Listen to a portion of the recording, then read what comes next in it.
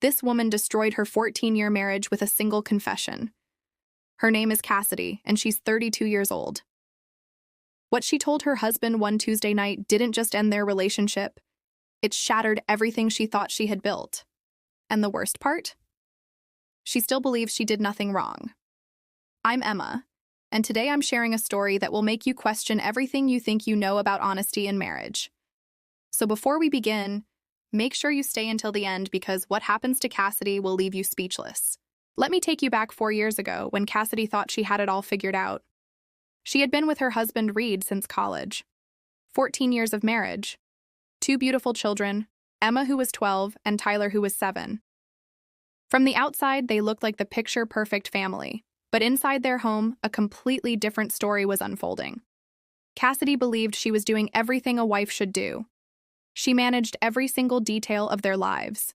School paperwork? That was her. Birthday celebrations? Her responsibility. Doctor appointments, grocery shopping, meal preparation, keeping track of sports equipment, remembering to call Reed's mother on her birthday. She did it all. She became the family's unpaid personal assistant, orchestrating every moving part of their daily existence. And the thing is, nobody seemed to notice. Not Reed, not the kids. Nobody acknowledged the invisible labor that kept their household running smoothly. Cassidy would watch her husband come home from work each evening, and yes, she knew he worked hard too. But the moment he walked through that front door, he acted like his day was finished. Meanwhile, Cassidy's day was still racing forward at full speed. Dinner had to be cooked. Homework needed supervision. Lunchboxes had to be packed for tomorrow. And somehow, all of these responsibilities just automatically fell into her lap without question. What really ate away at Cassidy was that Reed never asked if she needed support. He would see her running around their home like a woman possessed, and he would simply sit down on the couch with his phone. If she specifically requested his help with something, sure, he would do it. But she had to ask. She had to manage him like he was another child in the house. Do you understand how exhausting that becomes? Having to request assistance for basic household tasks that affect everyone in the family? It was draining her, piece by piece, day after day. But here's where things get really complicated. And this is the part of Cassidy's story that's going to sound terrible. Over the years that followed, their intimate life had transformed into just another item on her never-ending to-do list. Not because she stopped loving Reed. She did love him, or at least she thought she did. But because it started to feel like everything else in their marriage, something that happened according to his schedule, when he wanted it, without much thought about whether she was actually in the mood for it. Picture what a typical day looked like for Cassidy. She would spend her entire day managing Tyler's behavioral problems at school, after getting yet another call from his teacher. Then Emma would have a complete emotional breakdown over some friendship drama that felt like the end of the world. The washing machine would decide to stop working at the worst possible moment. And somehow, 3 loads of laundry would multiply into what felt like 10 when she wasn't paying attention. Then Reed would arrive home. He would eat the dinner she had prepared. He might ask how her day went, but he wouldn't really listen when she tried to explain. And later that same night, he would start getting affectionate, as if she hadn't just spent 12 straight hours being everything to everyone, as if she had any energy left for anything beyond collapsing into bed. And you want to know the saddest part? Cassidy never said no. God, it sounds so foolish now when she thinks about it, but she never refused him. She would just go along with it because that's what she believed good wives were supposed to do. She thought she was being loving and supportive and keeping their marriage strong and healthy. Meanwhile, as she lay there with him, her mind was somewhere completely different. She was thinking about the grocery list, wondering if she remembered to sign Tyler's permission slip for the field trip, mentally organizing everything she needed to accomplish before the kids woke up the next morning. She was physically present but mentally absent, just checking another box on her list of wifely duties. It hadn't always been this way, obviously. In the beginning of their relationship, things were passionate and genuine. But somewhere along the journey, probably around the time Emma was born and definitely by the time Tyler came into their lives, everything shifted. Their intimate moments became less about 2 people connecting and more about Cassidy completing another task. Keep husband satisfied? Check. Maintain the marriage? Check. Don't become one of those wives who stops putting in effort? Check. Check. Check. The really twisted part is that Cassidy convinced herself she was being noble. She told herself she was making this sacrifice for their family's stability. She would think to herself that this was just what marriage looked like after children arrived, that probably all her friends were doing the exact same thing behind their own closed doors. But Reed never seemed to notice that she wasn't truly there during those moments they shared.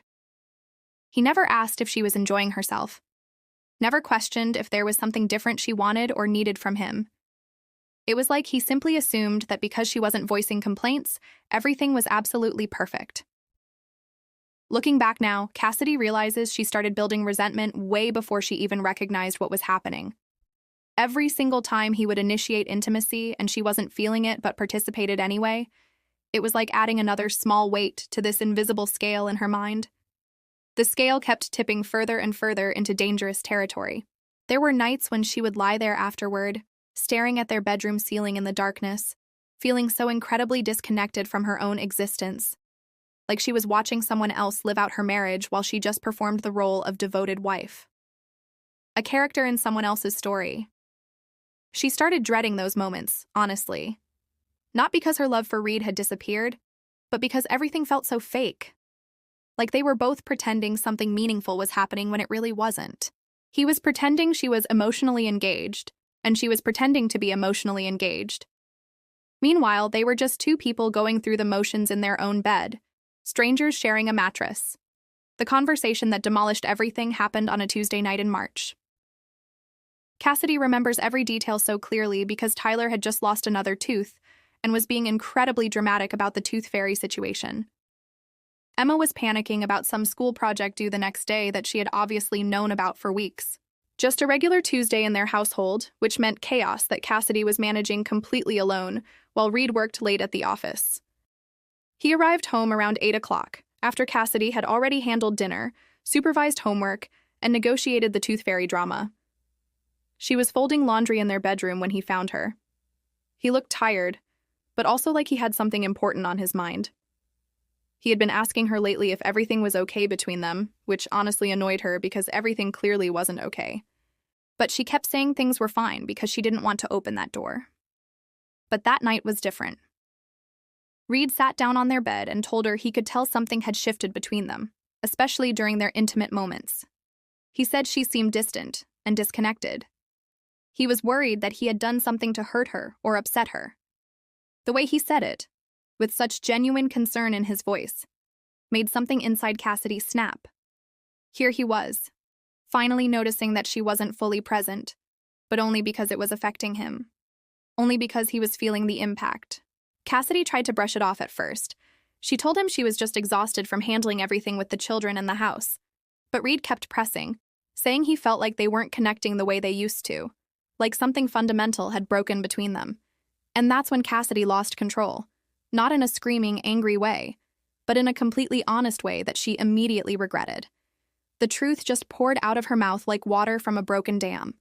She told him that she hadn't actually wanted to be intimate with him in probably 3 years, maybe even longer than that she had been doing it because she thought it was her job as his wife, not because she actually desired him or enjoyed those moments together. The words came out so matter-of-factly, like she was telling him they needed to buy milk at the grocery store. She explained that she had been going through the motions to keep him happy and maintain their marriage, but that she hadn't felt genuinely connected to him during those moments in a really, really long time. The silence that followed was probably the longest 30 seconds of Cassidy's entire life. Reed just stared at her like she had spoken in a foreign language he couldn't understand. Then he asked if she was serious. When she nodded yes, he got this look on his face like she had physically struck him across the face. He wanted to know how long she had felt this way. When Cassidy said years, he actually flinched. You could see the pain register across his features. Instead of feeling relieved to finally be honest after all this time, Cassidy immediately went into defense mode. She started explaining why this was actually completely understandable, given how their marriage had evolved. She told him about how she felt like his maid and personal assistant, rather than his equal partner. How he never seemed to notice when she was drowning or struggling. How he assumed she was always available for intimacy, regardless of what kind of day she had experienced, or whether he had done anything to make her feel valued as a person, rather than just a wife fulfilling duties. Cassidy explained that she had been trying to be a good wife by taking care of his needs even when she wasn't feeling it herself. That she thought she was being loving and self-sacrificing, putting his happiness and their marriage stability above her own comfort and desires. She even suggested that maybe if he had paid more attention to her emotional needs over the years, she wouldn't have felt so disconnected from their physical relationship in the first place. Reed listened to all of this without saying much, which somehow made Cassidy more defensive. She kept talking, digging herself deeper and deeper, explaining all the ways their marriage had become unbalanced, and how this bedroom situation was just a symptom of much bigger problems underneath the surface. When Cassidy finally stopped talking, Reed asked one simple question that cut right through everything. He asked if she had ever actually enjoyed being with him, even in the very beginning of their relationship. Cassidy had to think about that, and her hesitation probably told Reed everything he needed to know. The conversation ended with Reed saying he needed time to process everything she had just revealed to him. He slept in their guest room that night, which honestly felt to Cassidy like he was punishing her for being honest. She lay in their bed completely alone, feeling frustrated that her attempt to finally communicate about their problems had backfired so catastrophically. The weeks that followed that conversation were like living with a polite stranger who just happened to share her house and children. Reed didn't yell or create dramatic scenes. Honestly, Cassidy almost wished he would, because at least that would have felt like he still cared enough to fight for them. Instead, he became this perfectly civil roommate who completed his share of parenting responsibilities and household tasks, but treated her like they were mere acquaintances. He stopped initiating any physical contact completely. Not just intimacy, but everything. No casual touches when they passed each other in the kitchen. No quick goodbye kisses. No holding hands during family movie nights.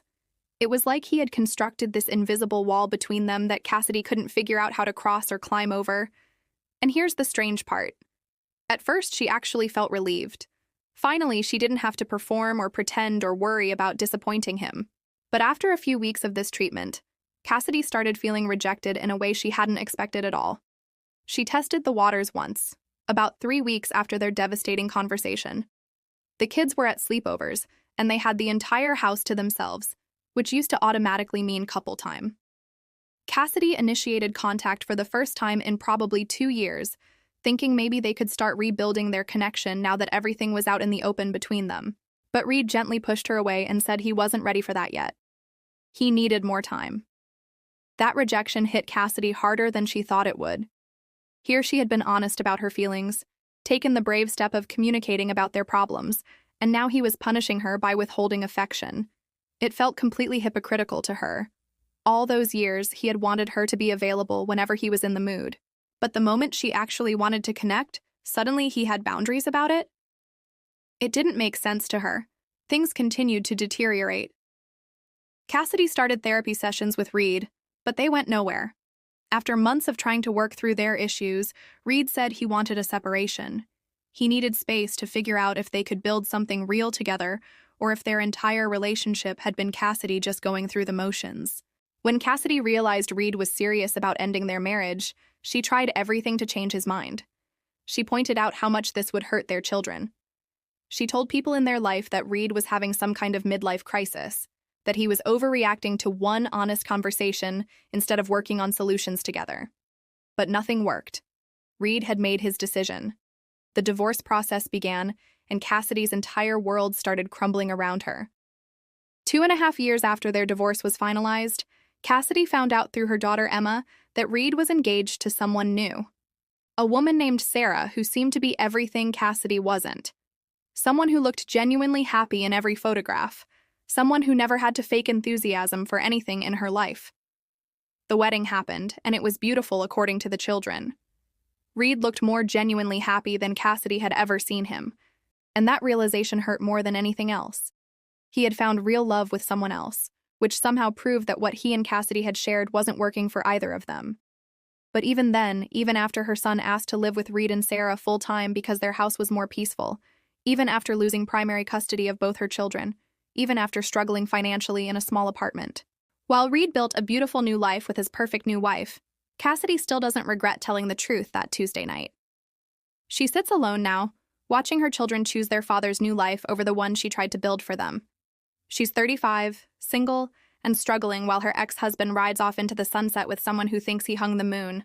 Her kids barely tolerate spending time with her because she can't compete with the stability and happiness they have at Daddy's house. But Cassidy says she would rather be alone and honest than married and pretending. She would rather struggle on her own than spend another decade going through the motions with someone who doesn't even notice when she's not really there. She's done apologizing for telling the truth. Done feeling guilty for not being able to fake enthusiasm for a relationship that had stopped working years before she admitted it. So, what do you think about Cassidy's story? Was she brave for being honest? Or did she destroy her marriage by waiting too long to speak up? The truth is complicated, isn't it? Sometimes honesty comes at a price we never expected to pay. If this story made you think, if it made you feel something deep inside, please hit that like button. Share this video with your friends who need to hear it. And make sure you subscribe to Mrs. Emma's channel so you never miss another story like this one. Because every week, I bring you real stories about real people facing impossible choices. Until next time, this is Emma, reminding you that sometimes the truth sets you free, and sometimes it costs you everything. The question is, which price are you willing to pay?